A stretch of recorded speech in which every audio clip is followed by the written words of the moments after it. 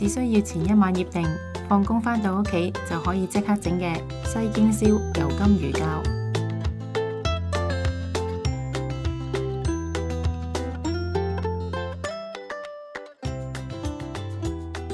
油甘魚餃洗乾淨，用廚房紙印乾水分，將麵豉醬、料理酒、味淋、糖、生抽撈勻，均勻塗喺魚餃，醃最少4個鐘，醃過夜效果會更好。焗爐預熱至200度，先鋪上牛油紙。Salad Master 嘅鍋具都可以直接放入焗爐，再放上油甘魚餃，然後放入焗爐，用200度焗10分鐘。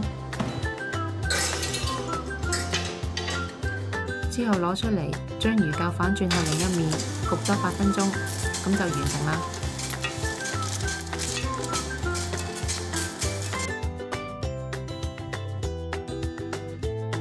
鍾意我哋條影片嘅朋友可以 Like、Subscribe、Share， 同埋記得撳着個鐘仔，可以第一時間收到我哋嘅最新資訊同埋影片。